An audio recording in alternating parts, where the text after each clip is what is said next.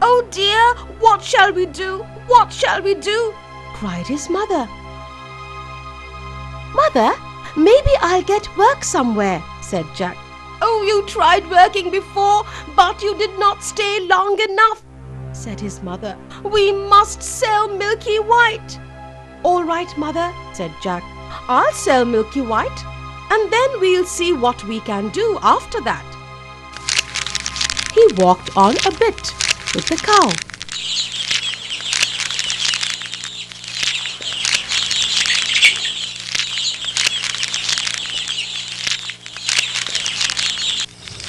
Soon he met a funny-looking old man who said to him, "Oh, good morning, Jack." "Good morning to you," said Jack. "How do you know my name?" The man laughed and said, "Oh, well, Jack, are you off to the market?" "Yes, I'm going to the market to sell our cow there," said Jack. Then the man said something strange.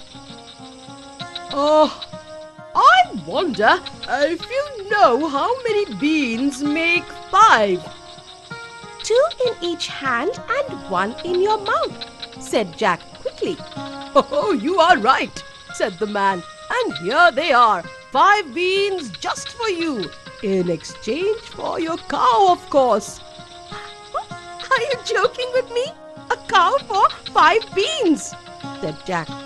"Ah, these are magic beans," said the man. "Plant them overnight and by morning they grow right up to the sky." "Really?" said Jack. "Yes, that is so," said the man. "Well, you can have your cow back if this does not happen." "Right," said Jack, and took the beans. He headed off home without Milky White. "How much did you get for her?" asked Jack's mother, waiting at the door of their house. "I got magic beans in exchange for our cow, mother. We will soon be rich." "What?"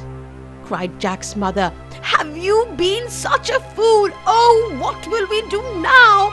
And she cried and cried and cried some more, and sent Jack to bed without any dinner. She threw the beans out of the window.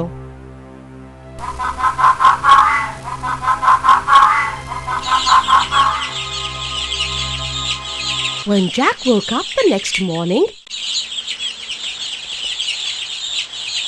he looked out the window. Why, the beans his mother had thrown out of the window into the garden had sprung up into a big beanstalk, which went up and up and up.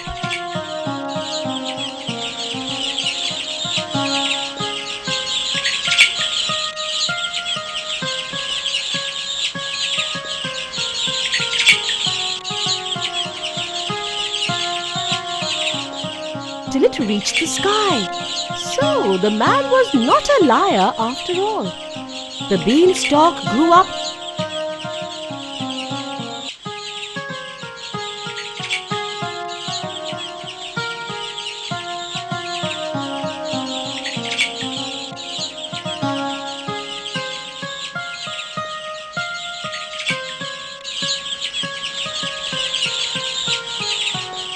quite close past Jack's window. So Jack opened the window, jumped onto the beanstalk. Jack climbed and he climbed and he climbed, till at last he reached the sky. And when he got there, he found a long, winding road going somewhere.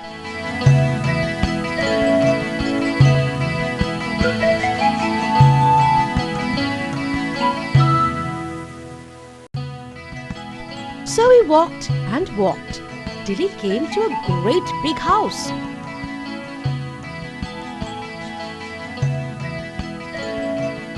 On the doorstep there stood a great big tall woman. "Good morning," said Jack politely. "Could you be so kind as to give me some breakfast, for I am very hungry." "It's breakfast you want, is it?" said the great big tall woman. "It's breakfast you'll be if you don't run away from here. My master is a mean giant, and there's nothing he likes better than boys roasted on toast. So run away now. He'll soon be coming." "Oh, please do give me something to eat. I've had nothing to eat since yesterday morning," said Jack, "or I will die of hunger." Well, the great big tall woman was nice, not mean. So she took Jack into the kitchen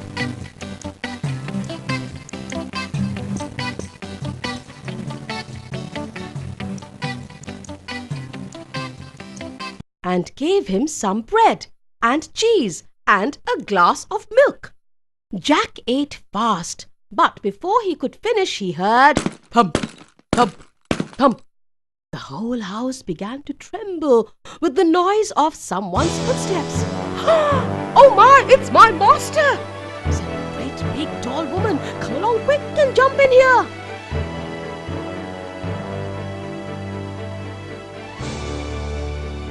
And she pushed Jack into the oven just as the giant came into the kitchen. He was big and ugly and very hungry. "Oh, what's this I smell? Fee, fi, fo, fum, I smell the blood of an Englishman.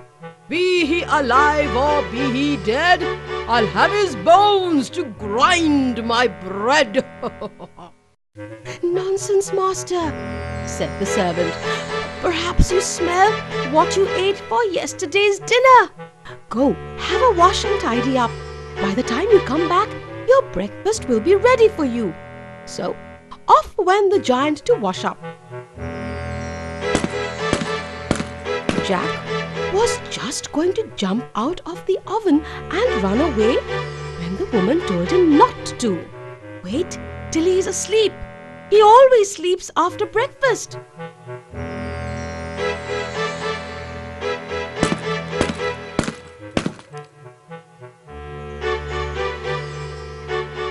Well, the giant ate his breakfast. And after that, he took out a couple of bags of gold from a huge box. Sitting down on a chair, he started to count. Oh, so many gold coins.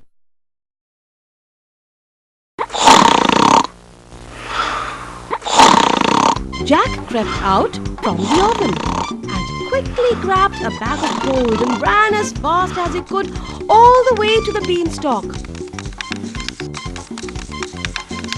He threw down the bag of gold.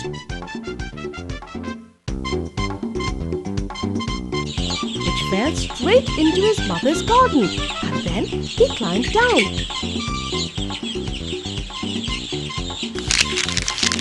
At last he was home.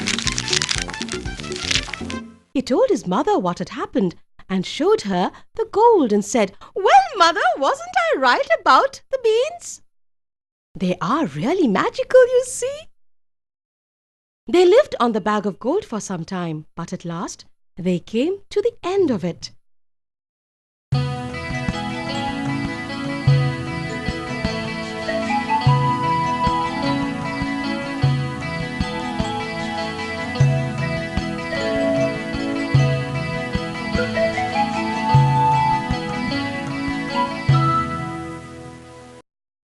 And Jack decided to try his luck once more up at the top of the beanstalk.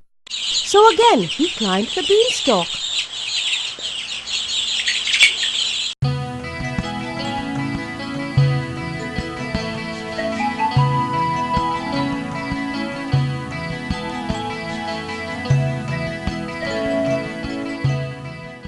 There, sure enough, was the great big tall woman standing on the doorstep. "Good morning," said Jack. "Could you please give me something to eat?" "Go away, boy," said the big tall woman, "or else my master will eat you up for breakfast." "Oh, but aren't you the boy who came here once before? Do you know, that very day my master missed one of his bags of gold?" "Really?" said Jack. "I do not know about any bag of gold, but I'm very hungry. Please give me something to eat." Well, the big tall woman was nice and kind.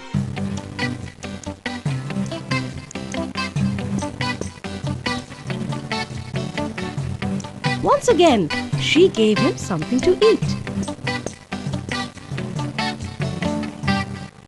Once again, they heard thump, thump, thump. They heard the giant's footstep, and Jack hid in the oven. All happened as it did before. In came the giant, as he did before, and said, "Fee, fi, fo, fum."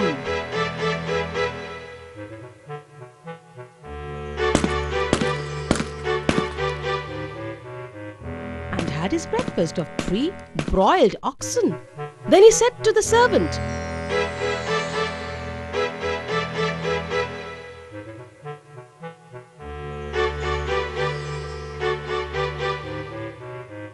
"Bring me the hen that lays golden eggs."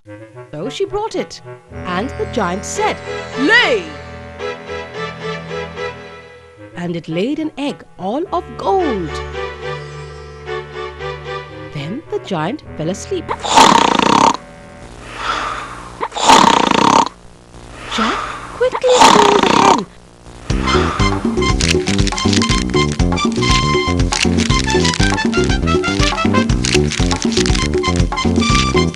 and climbed down the beanstalk. He and his mother lived happily for quite some time. Then Jack wanted to bring some more things back from the house at the top of the beanstalk. His mother told him to be careful. This time he crept past the great big tall woman and hid in the oven. He hadn't been there long when he heard thump, thump, thump. As before, in came the giant and his servant. "Fee, fi, fo, fum, I smell the blood of an Englishman," yelled the giant. "I smell him, servant, I smell him." "Do you, master?" said the servant. "Then, if it's that little naughty boy that stole your gold and the hen that laid the golden eggs, I am sure he's hiding in the oven." And they both rushed to the oven. But Jack wasn't there, luckily. He had crept out of the oven and was hiding somewhere else.